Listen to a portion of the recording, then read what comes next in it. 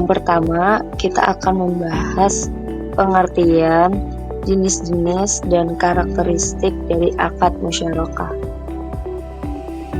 Definisi akad musyarakah. Musyarakah berasal dari bahasa Arab, yaitu syaraka, yang berarti bersekutu atau bekerja sama. Musyarakah adalah akad kerjasama antara kedua belah pihak atau lebih untuk menjalankan suatu usaha dengan modal bersama, yang dimana keuntungan dibagi berdasarkan kesepakatan awal dan kerugian ditanggung sesuai porsi modal. Jenis-jenis akad musyarakah. Yang pertama, musyarakah permanen, yaitu semua pihak menyetorkan modal dan tetap memiliki kepemilikan sepanjang usaha berjalan. Biasanya digunakan dalam bisnis jangka panjang seperti perdagangan dan industri. Yang kedua, musyarakah menurun, yaitu salah satu pihak membeli bagian kepemilikan pihak lain secara bertahap hingga menjadi pemilik penuh. Sering digunakan dalam pembiayaan properti dan aset dalam perbankan syariah. Yang ketiga, musyarakah afdal, yaitu satu pihak menyediakan modal, sementara pihak lain memberikan tenaga atau keahlian. Keuntungannya dibagi sesuai kesepakatan, tetapi jika rugi, biasanya pemodal yang menanggungnya. Karakteristik akad musyarakah. Yang pertama, jika salah satu mitra memberikan kontribusi atau nilai lebih dari mitra lainnya, dapat memperoleh keuntungan lebih besar untuk dirinya.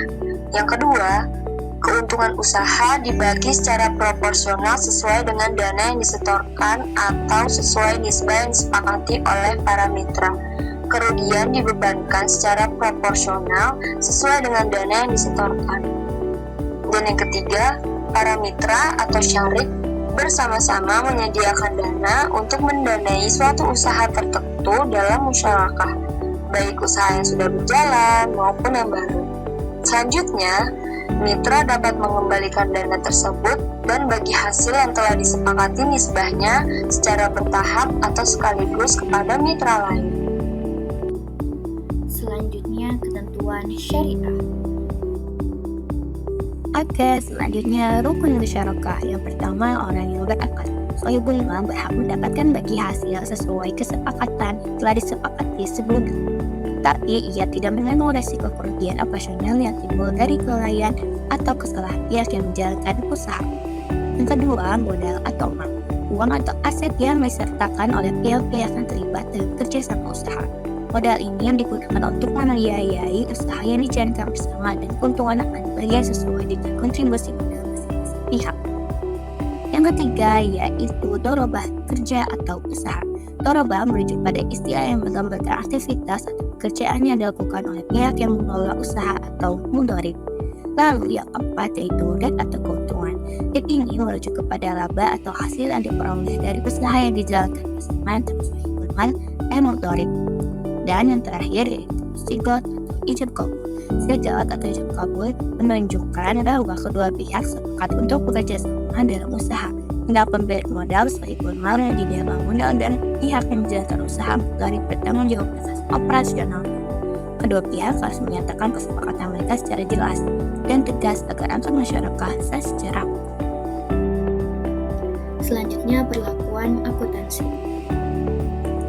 Oke, selanjutnya aku pada akuntansi mutlak pasif. Ada apa aja sih? Yang pertama yaitu investasi yang dilakukan. Yang kedua, keuntungan masyarakat tanggungan. Yang ketiga, cadangan pengisian kerugian investasi. Yang keempat, piutang atau tempo pengelola dana. Piutang terakhir. Yang kelima, pendapatan bagi hasil.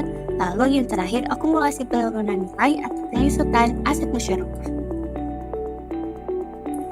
Lalu akun pada akuntansi mutlak masih. Ada apa aja ya? Yang pertama, keuntungan penyerahan aset masyarakat. Yang kedua, kerugian penyerahan aset masyarakat. Yang ketiga, pendapatan bagi hasil investasi masyarakat. Yang keempat, beban akad masyarakat.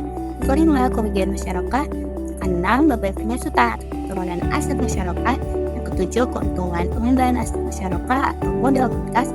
Dan yang terakhir kerugian pemadaian aset masyarakat atau modal non-kas. Oke, selanjutnya transaksi yang terjadi pada akad. Transaksi pada akad terjadi melalui dua tahap. Yang pertama yaitu diakui pada saat pembayaran kas atau pengerahan aset non-kas kepada mitra aktif. Yang kedua yaitu melalui pelaporan dengan kas dinilai sebesar jumlah yang dibayarkan atau dengan aset non-kas dinilai sebesar nilai wajar. Kita masuk pada transaksi saat akad. Jadi, ketika akad musyarakah disepakati, masing-masing mitra menyetorkan modal. Modal ini bisa berupa kas atau aset non-kas seperti barang atau peralatan. Nah, untuk aset kas dicatat sebesar jumlah yang disetor, dan untuk aset non-kas dinilai sebesar nilai wajar saat diserahkan. Tetapi, nilai aset non-kas ini nanti akan berkurang karena penyusutan. Nah, selisih antara nilai wajar dengan nilai buku itu dicatat sebagai keuntungan tambahan. Oh iya, jangan lupa ya, biaya akad musyarakah seperti notaris atau administrasi itu tidak akan langsung otomatis masuk ke investasi musyarakah, kecuali semua mitra yang bekerja sama itu setuju. Mitra yang dimaksudkan adalah mitra aktif dan mitra pasif.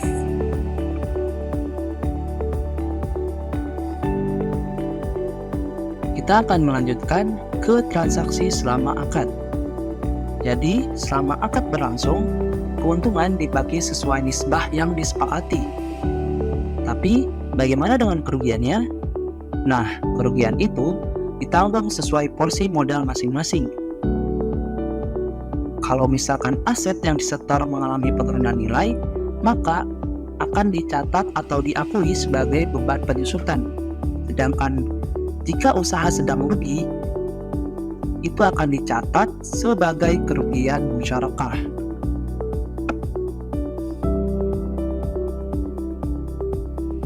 Sekarang kita akan membahas bagian penting dalam akad musyarakah, yaitu modal musyarakah. Nah, modal ini bisa berupa kas atau aset non-kas seperti barang, peralatan, ataupun properti. Tapi bagaimana sih cara pencatatan akuntansinya? Yuk kita bedah. Jadi, ada dua jenis utama yang mempengaruhi kelakuan akuntansi modal.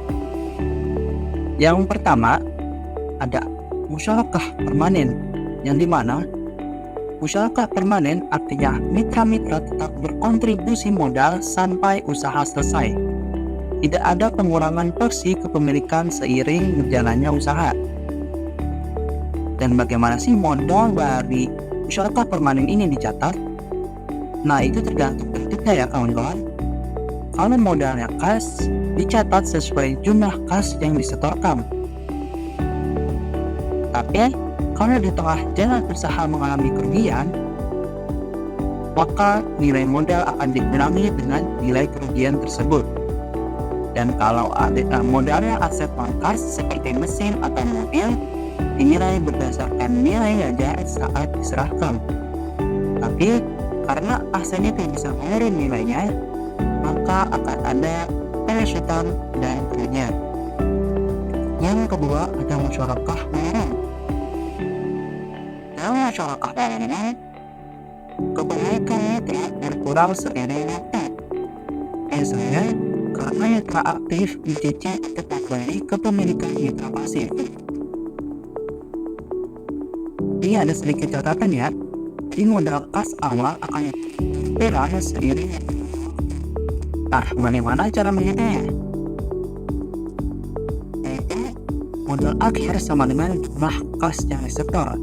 Karena tinggal kas ini akan jumlah cicilan atau pengembalian yang dilakukan oleh mitra aktif dan kerugian usaha jika kerugian usaha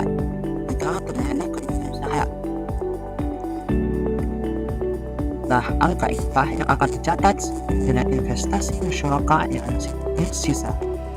Artinya, ini modal dari akuntansi musyarakah itu karena kita atau pengambilan dana atau dicatat secara adil dan transparan sesuai prinsip syariah. Demikian pemaparan dari kelompok kami. Kurang lebihnya mohon maaf. Wassalamualaikum.